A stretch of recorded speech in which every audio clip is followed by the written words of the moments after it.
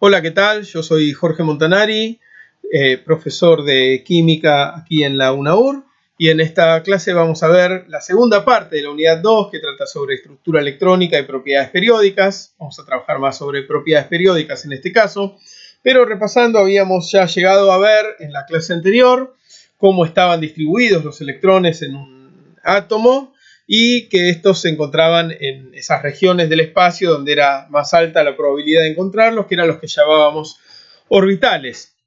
Y ahora vamos a ver más cuestiones relativas a los electrones y los átomos para ver cómo se van a comportar las sustancias en una reacción química, al fin de todo.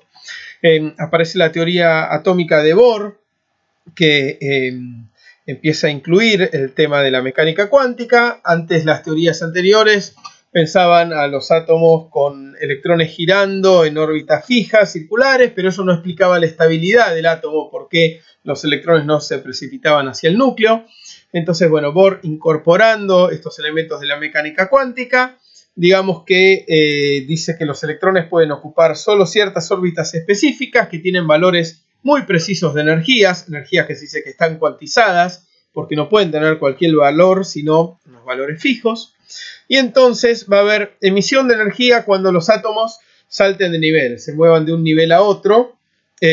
Cuando los átomos vayan de un nivel de mayor energía a uno de menor energía, van a emitir esa energía desprendiéndosela de encima en forma de un fotón, la emisión de una partícula luminosa con cierta energía. Y en cambio, para saltar de una órbita de menor energía a una orbital con mayor energía, necesitan ganar esa energía que puede provenir, por ejemplo, de un fotón que se apunte contra ese átomo en particular. Por eso en el átomo de Bohr tenemos divididos los distintos niveles de energía que hoy sabemos que corresponden del modelo cuántico más preciso a n igual 1, n igual 2, n igual 3, como ya veíamos. Bohr no se mete con los subniveles, pero podemos entender esta simplificación para entender que si tenemos un átomo que tiene un electrón ubicado en n igual a 3 y este cae al nivel n igual a 2, se va a desprender de cierta energía, de la energía que hay de diferencia entre ambos niveles, en forma de un fotón, ¿sí? Va a emitir luz. Por el contrario, para que un electrón salte de un nivel a uno superior, tiene que ganar esa energía que se la proporcionen de alguna manera en particular. Entendido esto, vamos a pasar ya a ver qué ocurre con la tabla periódica y cuáles son las propiedades periódicas que van a estar relacionadas en gran medida con todo lo que tiene que ver con los electrones y su ubicación en los distintos orbitales y niveles. Todo esto empezó cuando alguien empezó a intentar sistematizar toda la información que ya se poseía durante el siglo XIX, sobre todo, ¿no? Los años 1800 y pico, para armar la tabla periódica, que esto lo hace Mendeleev. Ahora vamos a ver con un poco más de detalle, pero en un ruso. Y la tabla periódica, como quizás sepan, tiene agrupados a los elementos que tienen propiedades químicas y físicas semejantes, ¿sí? Tenemos a los elementos acomodados de acuerdo a su número atómico, por número atómico creciente, en filas horizontales que llamamos períodos, y en columnas verticales hablamos de grupos o familias que van a tener propiedades químicas similares.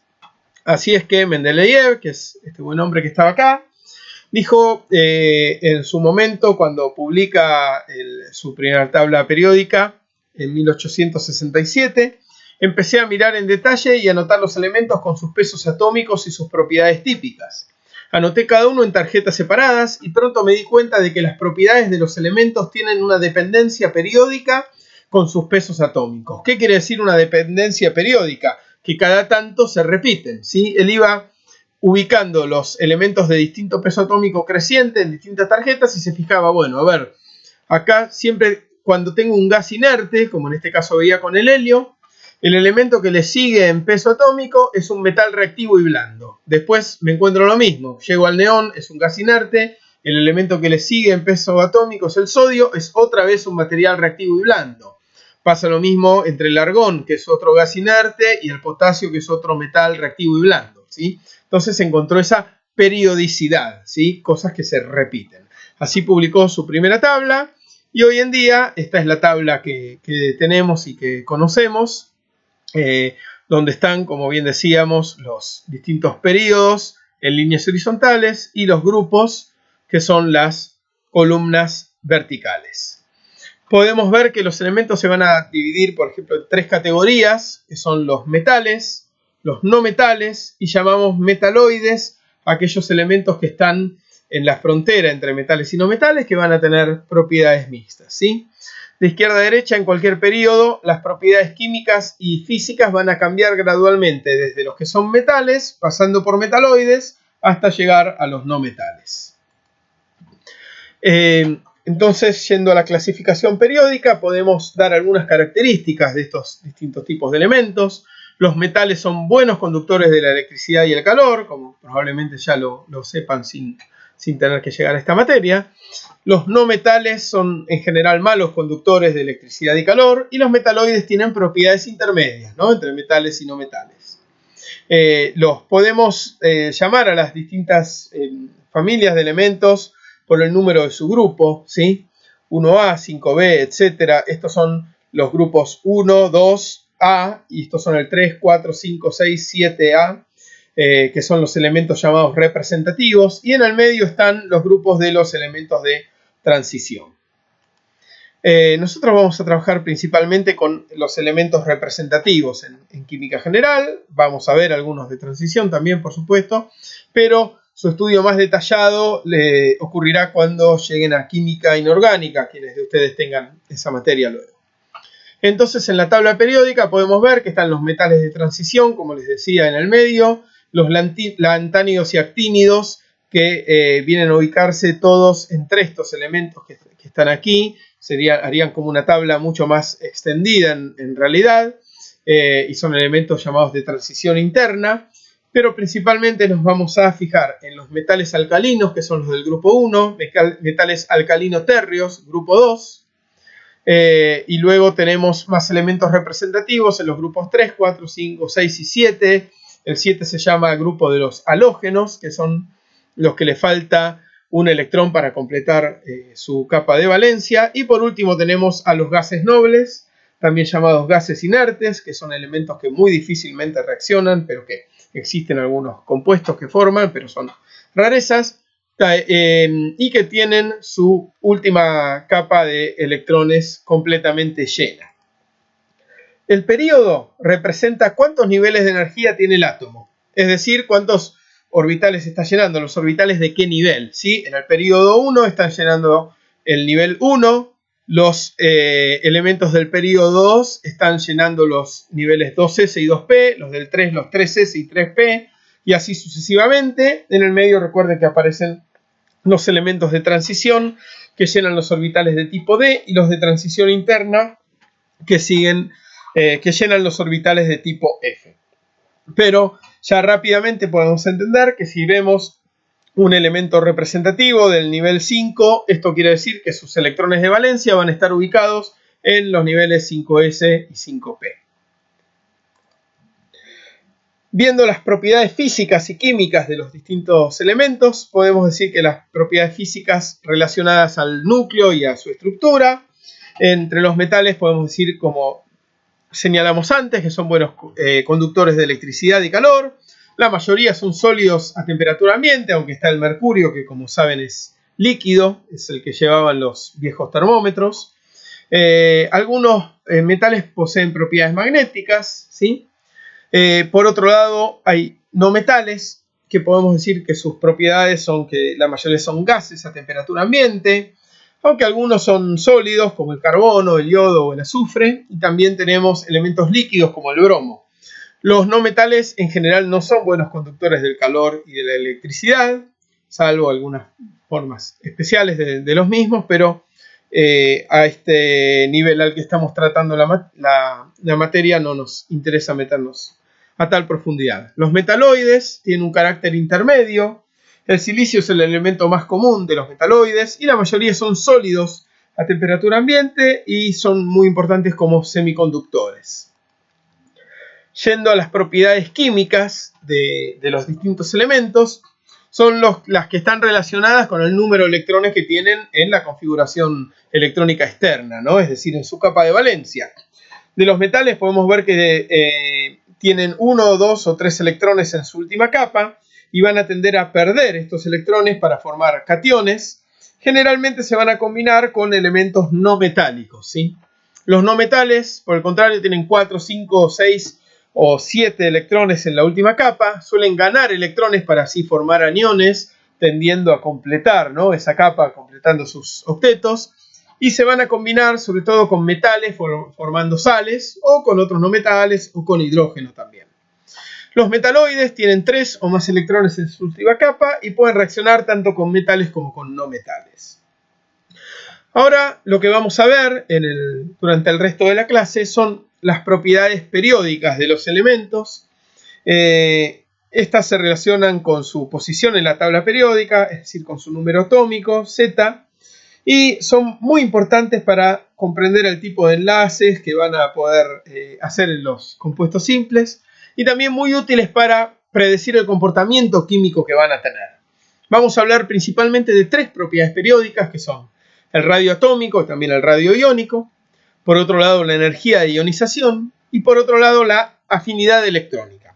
También vamos a ver la electronegatividad, que se relaciona con estas dos últimas y algunos la consideran propiedad periódica, otros no, pero tiene una dependencia periódica y va a ser de mucha utilidad también para las unidades que siguen, así que la vamos a ver. Arranquemos por el radio atómico entonces. Radio atómico entendemos como la distancia desde el núcleo hasta el nivel más externo ocupado en ese átomo, ¿sí? Podemos decir que aumenta cuando aumenta el período. ¿Por qué? Porque se están añadiendo electrones a niveles que están más alejados del núcleo, ¿no? Son átomos con más capas de electrones llenas. Entonces, si yo estoy en un mismo grupo, pero voy bajando en ese grupo, es decir, yendo del periodo 2 al periodo 3, al periodo 4, al periodo 5, cada vez voy a tener átomos más grandes, ¿sí? ¿Por qué? Porque estoy agregando los electrones en capas más alejadas del núcleo. Por otro lado, vemos que el radio atómico disminuye cuando en un mismo periodo yo voy aumentando de grupo. O sea, estoy en una misma hilera y me voy corriendo desde la izquierda hacia la derecha, pasando por los distintos grupos. ¿Por qué disminuye el radio atómico cuando yo aumento de grupo en un mismo periodo? Bueno, porque aumenta la carga nuclear efectiva, es decir, que tengo un núcleo que tiene más protones, ¿sí?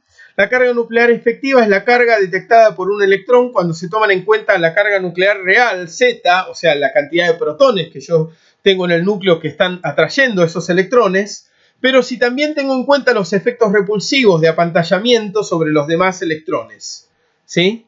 ¿Esto qué quiere decir? Efecto de apantallamiento. Bueno, yo tengo protones en el núcleo, ¿sí? Y tengo electrones ubicados en las distintas capas. ¿Cuál es el tema? Los electrones que estén ubicados en la última capa van a ver apantallado esa atracción que hay desde el núcleo, esa carga positiva del núcleo, por los distintos electrones de capas internas que están ubicados entre la capa más externa y el núcleo, ¿sí? Y los electrones todos tienen carga negativa y se repelen. Es decir, que esa repulsión por los electrones que están en capas intermedias me va a apantallar la carga del núcleo, ¿sí? Y entonces eso va a hacer que sensen una menor carga. La carga nuclear efectiva es, como decíamos, la carga positiva neta con que el núcleo atrae a los electrones externos en un átomo polielectrónico. Como decíamos recién, los electrones más cercanos al núcleo apantallan la atracción que ejerce la carga de los protones nucleares sobre los electrones más externos.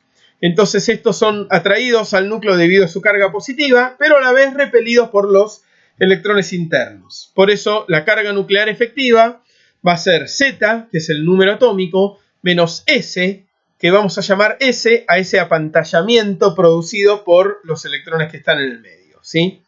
Por ejemplo, fijémonos, la carga nuclear efectiva para un electrón externo del nivel 4S en el calcio, que Z es 20 para el calcio. Bueno, Z es verdad que vale 20, pero tengo 18 electrones internos que van a configurar este apantallamiento que acá llamamos S. Entonces la carga nuclear efectiva real es de 20 protones menos 18 electrones apantallando. En total es como si tuviéramos solamente 2 protones ahí atrayendo a esos electrones. ¿Por qué entonces, volvamos para atrás un instante, va a ir disminuyendo el radio atómico cuando aumentamos el grupo? Porque la carga nuclear aumenta, porque, por ejemplo, en el periodo donde está el calcio, siempre vamos a tener abajo esos 18 electrones de capas más internas. Pero, ¿qué va a pasar? A la vez, a medida que nos movamos hacia la derecha, los núcleos van a tener cada vez más protones. Entonces, al tener más protones, si bien S va a quedar fijo en 18, Z va a ir aumentando, 20, 21, 22, 23, y así la carga nuclear efectiva va creciendo todo el tiempo a medida que nos movemos hacia la derecha en un periodo. Si la carga nuclear efectiva es más grande, la nube electrónica está más retenida y entonces el átomo es más chico. Podemos ver entonces acá en esta tabla cómo el radio atómico aumenta a medida que bajamos en un grupo por los distintos periodos, por lo que explicamos primero, y por qué va disminuyendo a medida que nos movemos en un mismo periodo hacia la derecha, ¿sí?, al aumentar la carga nuclear efectiva a lo largo de ese periodo, ¿sí? Acá estaba, por ejemplo, el calcio. Vemos que el galio, el germanio, el arsénico y el selenio son cada vez más chicos. ¿Por qué? Porque tienen las mismas capas internas, que son todas las anteriores, apantallando al núcleo, pero tienen cada vez núcleos con mayor cantidad de protones. El radio iónico es la distancia desde el núcleo hasta el nivel más externo de cada ion, ¿no?, que tengamos. Y podemos ver que para un elemento cualquiera, los cationes tienen un radio menor que el atómico. ¿Por qué? Porque los cationes pierden electrones. Entonces, un catión del elemento que sea, vamos a volver al calcio, por ejemplo, tiene menos electrones, ¿sí? El calcio más 2 tiene 2 electrones menos. Entonces, los 18 electrones que le quedan van a estar más retenidos por esos 20 protones que sigue teniendo el núcleo. Los aniones, en cambio, van a tener un radio mayor que el radio atómico. ¿Por qué? Porque ganan electrones. Tienen la misma cantidad de protones para atraer ahora a un número mayor de electrones, ¿sí? ¿Se acuerdan? Por ejemplo, el cloruro es un anión, ¿no? Tiene, si partimos de un átomo de cloro, tiene un electrón más. Entonces, como tiene la misma cantidad de protones para atraer a esos electrones, el radio iónico va a ser mayor. Acá tenemos, por ejemplo, un átomo de sodio, tiene cierto diámetro, y el catión sodio va a tener un diámetro menor, por eso que explicábamos recién. Mientras que un átomo de flúor tiene cierto radio, y el anión, que se forma fluoruro cuando el flúor capta a un electrón de más, va a tener mayor radio iónico, ¿sí? Acá podemos ver distintos iones típicos con sus respectivos radios, tanto cationes como aniones. La segunda propiedad periódica que vamos a analizar es la energía de ionización. Acá es muy importante que sepan las definiciones con precisión para poder justificar cuando tengan que defender esto en algún ejercicio, en un examen, ¿sí? La energía de ionización, y esta definición categóricamente es así, es la energía mínima necesaria para remover un electrón de un átomo o ion gaseoso en su estado fundamental. ¿Qué quiere decir esto? Que yo tengo, por ejemplo, acá al átomo de litio, ¿sí? Un átomo de litio aislado, gaseoso, y es la energía que yo necesito para arrancarle ese electrón y dejar al litio transformado en el catión litio más y tener aparte al electrón que le arranqué. Es decir, que esto es una medida de cuán fuertemente está unido ese electrón al átomo, ¿sí? Va a estar muy relacionada, por lo tanto, con el radio atómico. Cuanto más chico es el átomo, quiere decir que los electrones están atraídos con mayor energía, ¿no?, por todos los protones del núcleo. Entonces, más difícil será arrancarle un electrón, ¿sí? Fíjense que la energía de primera ionización es la energía mínima que necesito para quitarle un electrón a un átomo neutro en estado gaseoso y convertirlo en un catión, como dijimos acá. La segunda energía de ionización, o energía de ionización 2, es la que yo necesito para sacarle un segundo electrón, ¿sí? O sea, ya tengo un catión y encima le quiero sacar otro electrón más. Bueno, la segunda energía de ionización siempre va a ser mucho mayor que la primera, porque es más difícil quitarle un electrón a un catión que un átomo neutro, y así sucesivamente.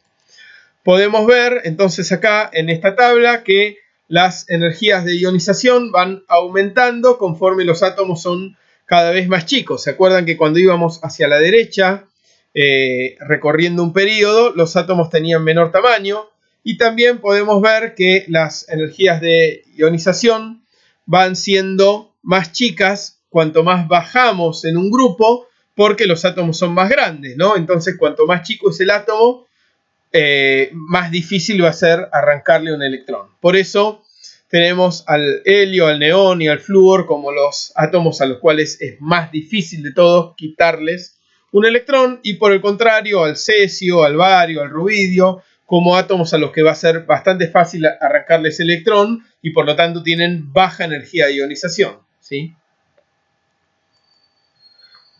Bueno, por otro lado podemos ver acá, bueno, cómo varían en este gráfico, se ve cómo varían las energías de ionización cuando yo me voy moviendo desde el litio hasta el neón, ¿sí? En ese segundo periodo veo que por lo general van subiendo con pequeñas excepciones, ¿sí? Pero en general la tendencia es que cuanto más me muevo a la derecha, como más chicos van siendo los átomos, mayores van siendo las energías de ionización.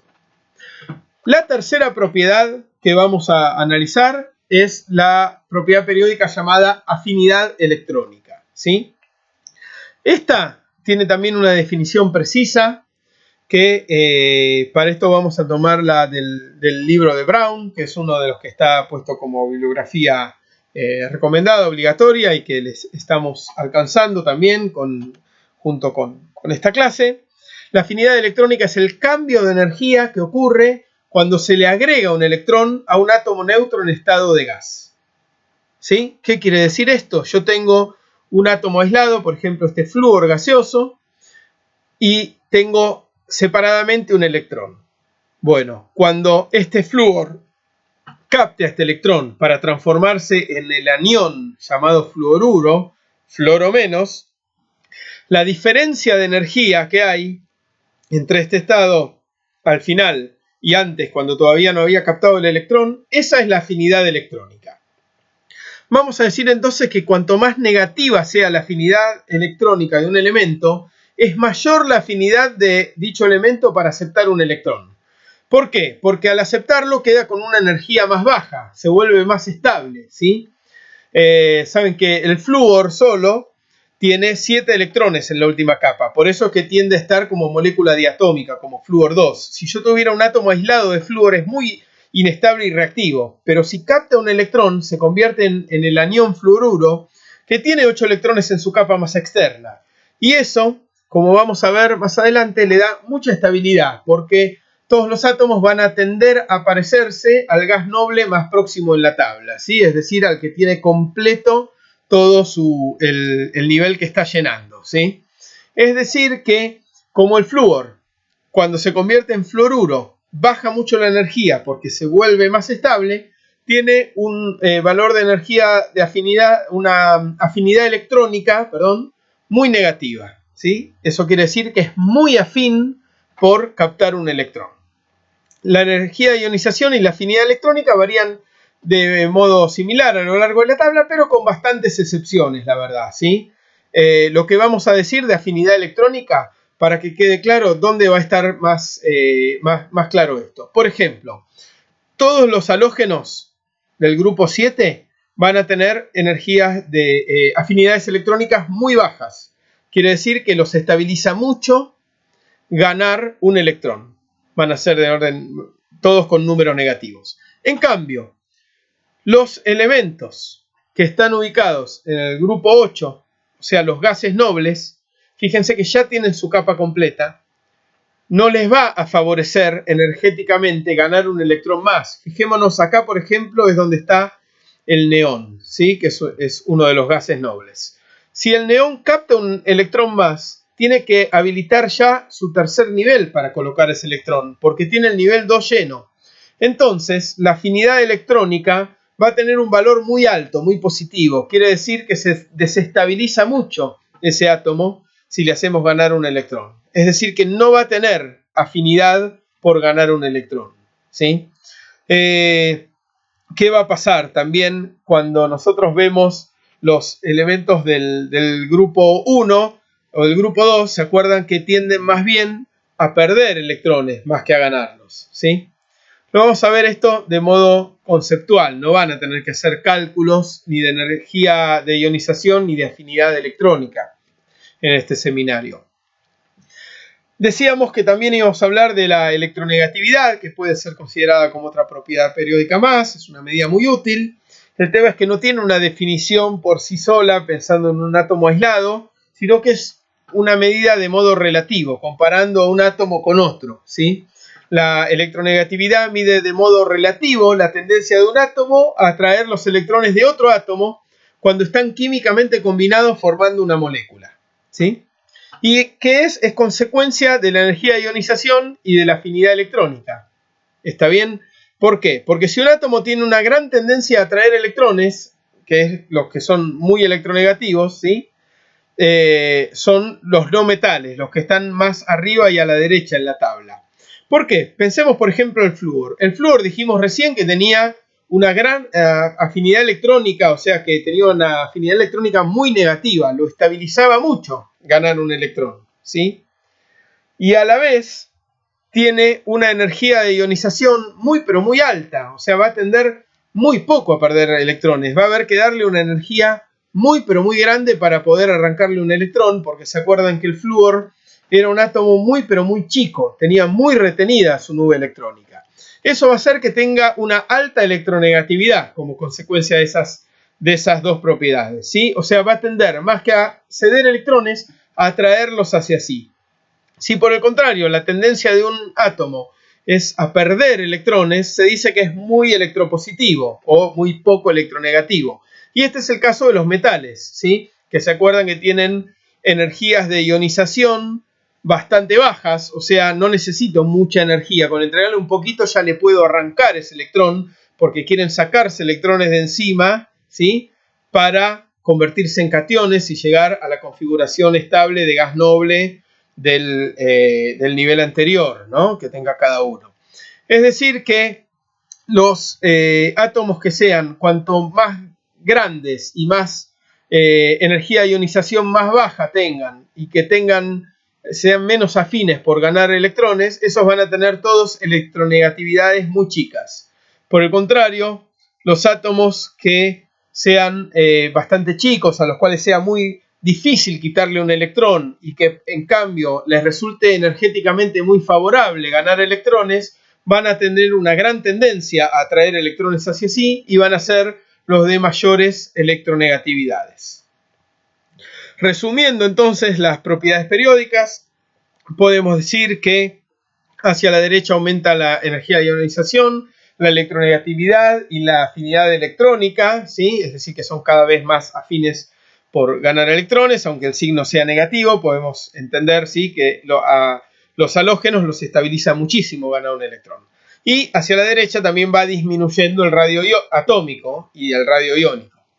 Cuando bajamos en los grupos, podemos ver que disminuye la energía de ionización, son átomos cada vez más grandes a los cuales es más fácil arrancarle electrones, por eso también aumenta el radio iónico, y va a disminuir también la electronegatividad, ¿sí? Porque por el contrario van a tender a ceder electrones más que a atraerlos hacia sí.